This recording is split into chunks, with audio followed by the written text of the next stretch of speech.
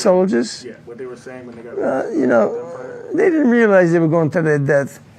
They were singing and talking and laughing, telling jokes until they got fired at.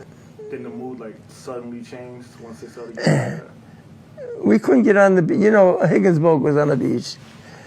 We couldn't get on the beach because there was obstacles in the water. You know, these cross beams with metal. And it was mine. And along the beach, the Germans had 33 machine guns. M42s. It fires 160 rounds per minute. So my job originally, I'm a gunner's mate, so I was supposed to be posting a machine gun on the boat. You in the service? You know how they act? You know what they do? About 3 or 4 weeks before the invasion, they took my gun away. If you ask me why, I don't know. So consequently, instead of the machine guns, they give me the job of dropping the ramp.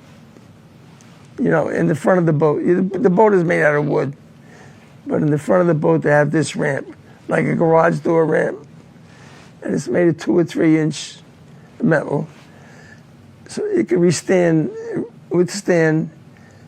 either a rifle or a machine gun. So when we got close enough to the beach, we only go about 200 yards from the beach. That's the closest we could get. And the machine guns opened fire on us. And the bullets were bouncing off the ramp because it was metal, it was up.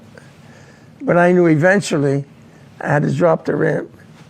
And then the bullets, instead of hitting the ramp, they would come into the boat. So the coxswain says to me, drop the ramp. I never heard him because the roar of the cannons, 2 big diesel engines in the back of the boat, I never heard him. Then the second time he says to me, drop the ramp. And I froze for a few seconds because I didn't want to die. And I knew once I dropped that ramp, I buzzed.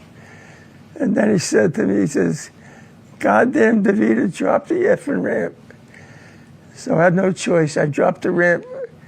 The machine guns opened up fire.